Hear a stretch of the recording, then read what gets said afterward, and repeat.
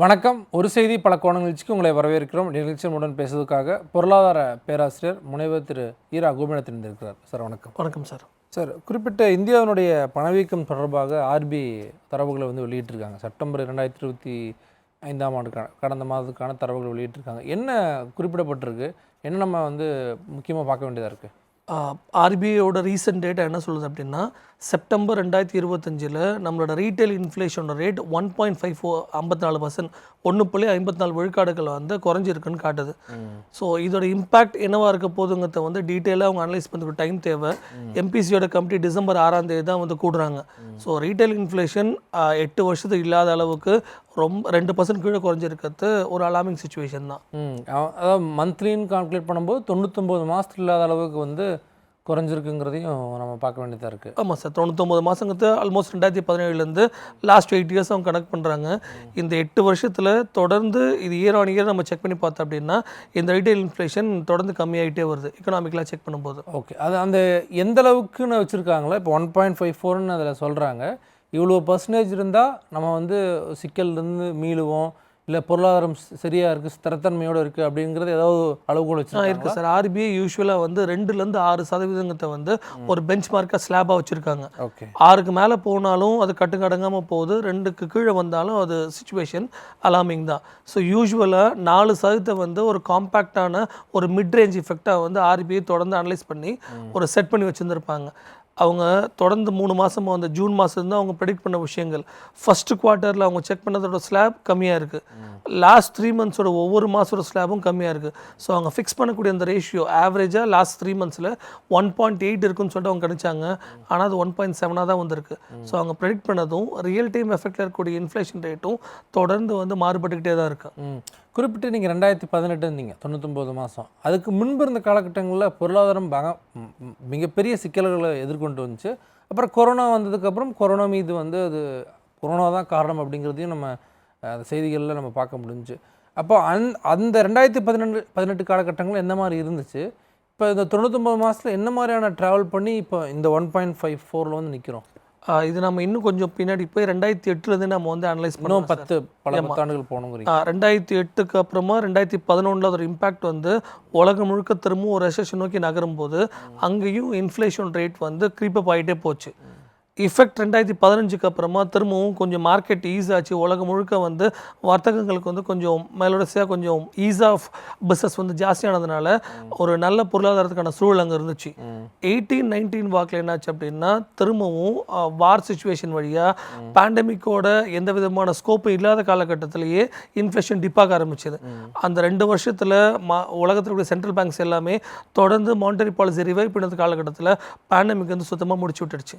So அந்த 2 வருஷத்துலேருந்து மீள்றதுக்குள்ள micro and small scale industries மொத்தமே நலிவடைஞ்சிட்டாங்க. நம்ம மட்டும் இல்லை, உலகம் முழுக்க டொமஸ்டிக்காக இருக்கக்கூடிய அந்த தேவைக்கு என்னவோ அதை தாண்டி சப்ளை இருக்கும்போது அதை கட்டுக்கடங்காமல் எக்ஸ்போர்ட் பண்ணால் மட்டும்தான் அதை கட்டுக்குள்ளே கொண்டு வர முடியும். அந்த எக்ஸ்போர்ட் ஃபேக்ட்ரி இல்லாதனால நிறைய நாடுகள் தத்தளிச்சாங்க.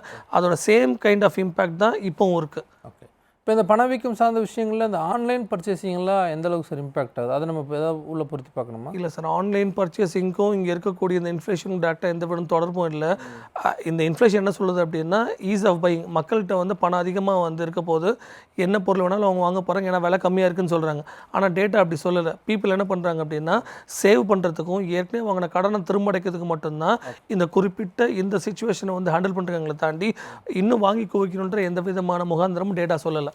பொதுவான மக்கள் வாங்கக்கூடிய சக்தி தான் அது ஆன்லைனோ இல்லை ரீட்டைல்னு பிரித்து பார்க்காம பொதுவான வாங்கும் சக்தி எவ்வளோ ரூபா கையில் இருக்கோ அதுக்கேற்ற மாதிரி எவ்வளோ நுகர்றாங்கன்னு செக் பண்ணி பார்க்கணும். அந்த நுகர்தல் ஜாஸ்தியாக இருக்கானா, விலை கம்மியாச்சுன்னா நுகர்தல் ஜாஸ்தியாகும்போது எக்கனாமிக் பிரின்சிபல். ஆனால் இங்கே அப்படி நடக்கலை. மக்கள் நுகர்த்தை விட சேவ் பண்ணுறதுக்கும் கடனை திருப்பி செலுத்துறதுக்கு தான் அதிக முக்கியத்துவம் கொடுத்துருக்காங்க, முன்னுரிமை கொடுத்துருக்காங்க. இந்த கடந்த 99 மாதங்கள் 8 ஆண்டுகள்னா இல்லை அந்த லாஸ்ட் 3 இயர்ஸில் மட்டும். அதுக்கு முன்னாடி செலவுகள் இருக்கும்போது கடன் வாங்கி செலவு பண்ணிட்டு இருந்தாங்க.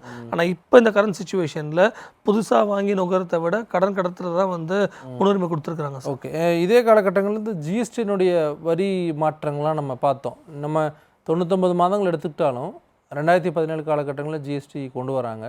இந்த 8 ஆண்டுகளில் ஜிஎஸ்டினால் மிகப்பெரிய சிக்கல்களை எதிர்கொண்டாங்க.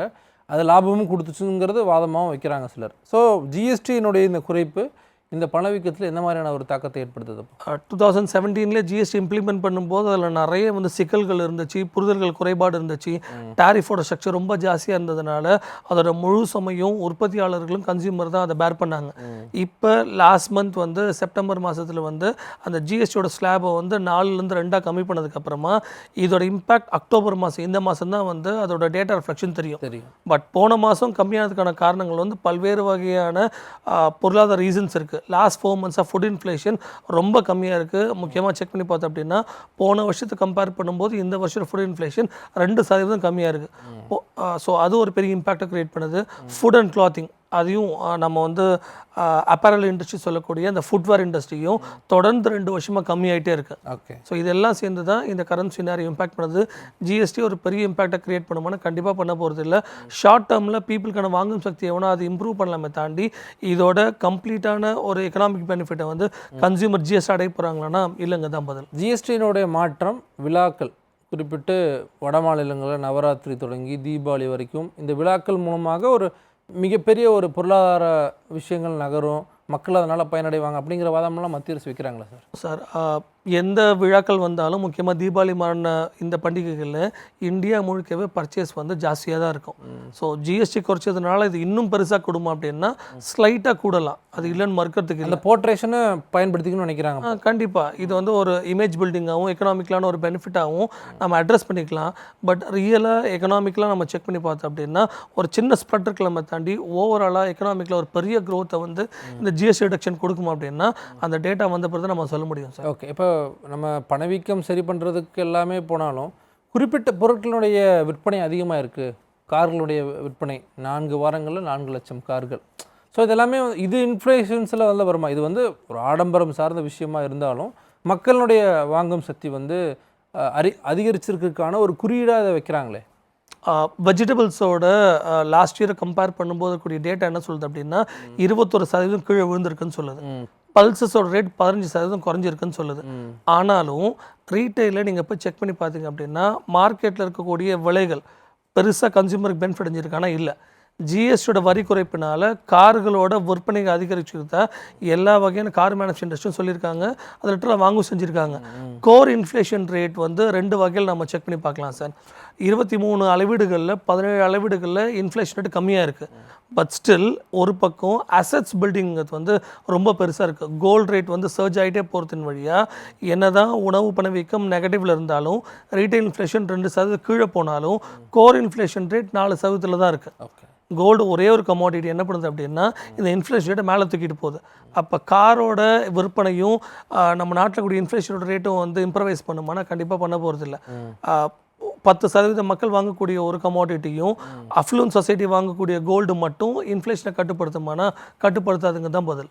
தின தேவைகளுக்கான பொருட்கள் நீங்கள் சொன்ன மாதிரியே அது காய்கறியோ இல்லை பல்ஸ் சார்ந்த விஷயங்கள் எல்லாமே தான் வந்து இதை மிக முக்கியமாக தீர்மானிக்கக்கூடிய இடமா இருக்குது. ஆமாம், அப்போ பணவீக்கத்தில் வந்து நீங்கள் சொன்ன அந்த 23 குறியீடுகளும் உள்ளே வருது. அப்போது ஆமாம் சார், அதன் அடிப்படையில் தான் வந்து நம்ம கால்குலேட் பண்ண வேண்டியது. கன்சியூமர் ப்ரைஸ் இண்டெக்ஸ் அதை வச்சு நம்ம செக் பண்ணுறோம். அந்த கன்சியூமர் ப்ரைஸோட அளவீடுகளை நம்ம செக் பண்ணும்போது என்ன ஆகுதுன்னா அன்றாடம் நம்ம பயன்படுத்தக்கூடிய உணவு, காய்கறி பொருட்கள், பழங்கள் எல்லாமே உள்ளடக்கிது. ரெண்ட் இது எல்லாமே உள்ளே வந்துடும். மிசலேனியஸ் அப்படின்ற ஒரு கான்செப்டில் அசட்ஸாக இருக்கக்கூடிய கோல்டு இதெல்லாம் வந்துடும். ஓவராலாக கன்சியூமர் ப்ரைஸுக்கு நம்ம செக் பண்ணும்போது இன்ஃப்ளேஷன் ரேட் இந்தியாவில் வந்து 2% கீழே தான் இருக்குது. ஆர்பிஐ ஃபிக்ஸ் பண்ணது கம்மியாக இருக்குது. காரோட விஷயங்கள் இது இம்பாக்ட் பண்ண போகிறது இல்லை, அது கோர் இன்ஃப்ளேஷனுக்குள்ள வந்துடும். ஓகே, இப்போ ஐஎம்எஃப் போன்ற அமைப்புகள் வந்து ஒரு டார்கெட் வைக்கிறாங்களா சார்? இந்த குறிப்பிட்ட வருடத்திற்குள் இல்லை இந்த மாதத்திற்குள்ளே வந்து இந்த நாட்டினுடைய பணவீக்கமோ இல்லை பொருளாதார வளர்ச்சியோ வந்து இவ்வளோ இருக்கும் அப்படின்ட்டு. இப்போ அதே போன்று ரிசர்வ் வங்கி வந்து இந்த பணவீக்கம் சார்ந்த விஷயங்களை வந்து எதிர்கொள்கிறதுக்கு என்ன மாதிரியான திட்டங்களை வைக்கிறாங்க? இப்போது ஐஎம்எஃப் இந்தியாவோட வளர்ச்சி வந்து அடுத்த ஃபைனான்ஷியல் இயர்லேயும் ஸ்டேபிளாக நல்ல க்ரோத் ரேட் இருக்க போதுங்க தான் கணிச்சிருக்காங்க. ரீசெண்டாக இருக்கக்கூடிய அந்த அறிக்கையும் அதான் சொல்லுது. இந்தியாலையும் ரிசர்வ் பேங்க் தொடர்ந்து என்ன பண்ணுவாங்க அப்படின்னா இன்ஃப்ளேஷனை கட்டுக்குள்ளே வைக்கிறதுக்காக தொடர்ந்து வந்து அதை கண்காணிச்சுட்டே இருப்பாங்க. அதுக்கான ஸ்லாப் ரேட்டை 2லேருந்து 6 விழுக்காடு வச்சுருக்காங்க. இது கம்மியாகும் போதெல்லாம் இன்ட்ரெஸ்ட் ரேட்டை கம்மி பண்ணுறது இல்லை அரசும் ஃபினான்ஸ் மினிஸ்டரும் சேர்ந்து டைரெக்டாக வந்து பேங்க்கில் வந்து மக்களுக்கான ட்ரான்ஸ்ஃபர் பண்ணுறதா இருக்கட்டும், இல்லை எம்என் ரேகா வழியாக வந்து மக்களுக்கான பணம் கொண்டு போய் போகிறதா இருக்கட்டும், இந்த மாதிரி பல்வேறு வழிகளில் டிமாண்டை பூஸ்ட் பண்ணுறதுக்கும் மக்களோட ரியல் வேஜஸ் இன்க்ரீஸ் பண்ணுறதுக்கும் என்ன பாசிபிலிட்டிஸ்க்கு ட்ரை பண்ணுவாங்க. இது பேசிக்கான சினாரியோ. இன்ஃப்ளேஷனை தொடர்ந்து இந்த சினாரியில் இருக்கும்போது கணிச்சு வந்து ஆர்பிஐ டேட்டா கொடுக்கும். ஃபஸ்ட்டு குவார்ட்டரில் என்ன சொன்னாங்க அப்படின்னா இது 4% தான் இருக்கும்னு கணக்கு பண்ணாங்க. அது 2.3 விழுக்காடாக கம்மியாச்சு. லாஸ்ட் 3 மந்த்ஸோட டேட்டாவும் என்ன பண்ணாங்க அப்படின்னா அதை கம்மி பண்ணி 1.7% வந்து ஒரு மார்ஜினை ஃபிக்ஸ் பண்ணாங்க. ஆனால் அதுவும் ரியல் வேர்ல்டில் என்னாச்சு அப்படின்னா இன்னும் சர்ஜ் ஆகி 1.6% தான் இருக்குது. ஸோ இந்த கணக்குகளில் ஏதோ ஒரு வகையான ஒரு டிரான்ஸ்பரன்சியோ இல்லை ஏதோ ஒரு வகையான நம்பகத்தன்மையும் இல்லாதனால இன்வெஸ்டர்ஸ் மட்டும் இல்லாமல் மேனுஃபேக்சரிங்கிறது பெருசாக பாதிக்கப்படுது.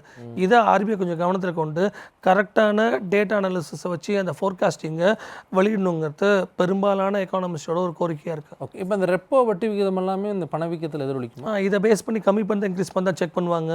இப்போ பெரும்பான்மையான எக்கானமிஸ்ட் ஐசிஐசிஐ ப்ருடென்ஷியலோட செக்யூரிட்டி மார்க்கெட் இருக்கட்டும் அதோட எக்கானாமிக் விங் என்ன சொல்லுது அப்படின்னா டிசம்பரில் 6ஆம் தேதி அந்த எம்பிசிஆர் கூட்டம் நடக்க போது அப்போ ரொம்ப பெரிய மாற்றம்னாலும் ஒரு சின்ன ஒரு ரெப்போ ரேட்டோட விகிதத்தை கம்மி பண்ணுறதுக்கான ஸ்கோப் இருக்கும் அப்படிங்கிறத அவங்க ப்ரெடிக்ட் பண்ணுறாங்க. இஎம்ஐயோட ரேட்டு கம்மியாகலாம். பேசிக்கலாக இருக்கக்கூடிய வட்டி விகிதங்கள் கம்மியாகும் போது ஆட்டோமேட்டிக்காக சின்னதாக வந்து பீப்புள்கிட்ட வந்து பணப்புழக்கம் இருக்கும். அது டிமாண்டை புஷ் பண்ணுங்கிறது ஒரு நம்பிக்கை இருக்குது. ஓகே, இப்போ இது எல்லாமே ஆர்பிஐ அரசாங்கம் சார்ந்து பேசினாலும் மக்கள் இதில் என்ன வந்து நம்ம ஃபஸ்ட்டு கற்றுக்கொள்ளணும்? ஏன்னா எல்லாமே வந்து நம்ம டெக்னிக்கலாகவே இருக்கக்கூடியதாக இருக்குது. பணவீக்கம் சார்ந்து அது வந்து மக்களுக்கு மிகப்பெரிய அளவிலான தாக்கத்தை எல்லா வகையிலும் ஏற்படுத்திகிட்டே இருக்குது. மக்கள் இதை எப்படி புரிந்து கொண்டு எதில் வந்து இன்வெஸ்ட்மெண்ட் பண்ணுங்கிற ஒரு தாட் இந்த சமீப காலகட்டங்களில் அதிகமாகிட்டே வருது. இப்போ மக்கள் என்ன புரிஞ்சுக்க வேண்டியதாக இருக்குது? இப்போ எவ்வளோதான் தங்க விலை ஏறினாலும் பீப்புள் அதில் இன்வெஸ்ட் பண்ணுறதுங்கிறது கம்மியாக போகிறது இல்லை. தங்கத்தோட இம்பேக்ட் நம்மளோட டெய்லி லைஃப்பில் அவ்வளோ இருக்குது. ஸோ ஆன் தட் பேசிஸ் போன வருஷத்தை கம்பேர் பண்ணும்போது இந்த வருஷம் தங்கத்தோட இம்பேக்ட் வந்து 46.67% ஏறி இருக்கு. பட் ஸ்டில் பீப்புள் இன்னமும் வாங்கிட்டு தான் இருக்கிறாங்க. கடனை திருப்பி கொடுக்கறதுல ஒரு பெரிய முனைப்பு காட்டியிருக்காங்க. ஸோ வட்டி விகிதங்கள் இன்னும் கம்மியாச்சு அப்படின்னா இருக்கக்கூடிய எக்ஸஸ் ஃபண்ட் என்ன பண்ண போகிறாங்கன்னா கன்சியூம் பண்ணாமல் கடனை முழுமையாக அடைக்கிறதுல தான் பீப்புளோட ட்ரெண்டு போயிட்டுருக்கு. இது எக்கனாமிக்கில் ஒரு நல்ல விஷயந்தான். ஆனால் ஒரே ஒரு சின்ன விஷயம் இதில் நம்ம இம்பாக்டாக என்ன பார்க்கணும் அப்படின்னா விவசாய பொருட்களோட விலை வீழ்ச்சி அடையும் போது அதோட வருவாய் கம்மியாகும், அரசுக்கு போகக்கூடிய ரெவன்யூ கம்மியாகிறதுனால ஓவரால் எக்கனாமிக் ஆக்டிவிட்டியில் ஒரு சின்ன ஒரு டிஸ்ட்ரப்ஷன் ஏற்படுத்த போகுது.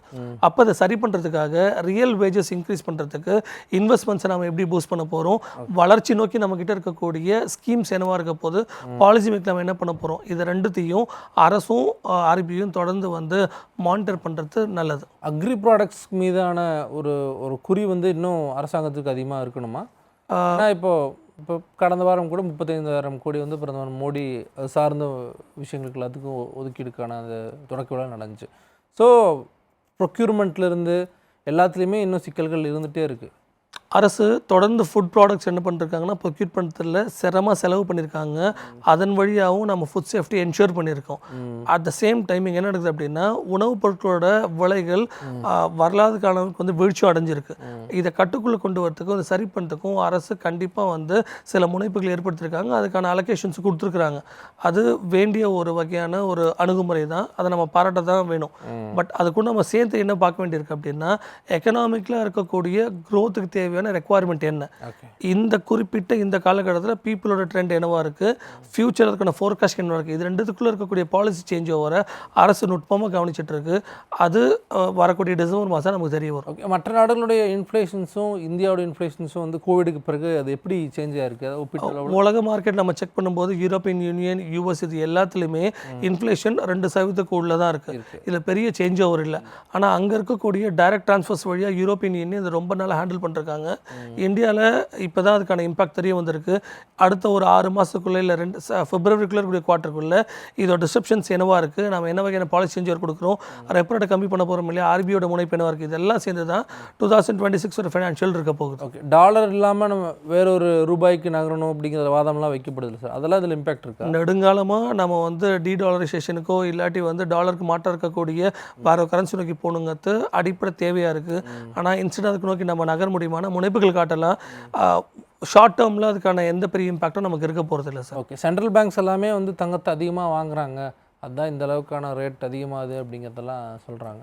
உலகத்தில் கூடிய நிறைய சென்ட்ரல் பேங்க் சங்கத்தை வாங்கி குவிச்சிட்டு இருக்கிறாங்க. அதுக்கான தேவை டாலர் மேலே இருக்கக்கூடிய நம்பகத்தன்மை கம்மியாகிட்டே இருக்குது. ஸோ அதனால் வந்து கோல்டு பக்கம் வந்து நகர்ந்துட்டு இருக்கிறாங்க. ரீட்டைல் மார்க்கெட்டில் கோல்டோட விலையறதுக்கு ஜியோ பொலிட்டிக்கல் ரீசன்ஸ், வார் சுச்சுவேஷன், இருக்கக்கூடிய ஹையஸ்ட் டிமாண்ட் அது எல்லாமே காரணமாக இருக்குது.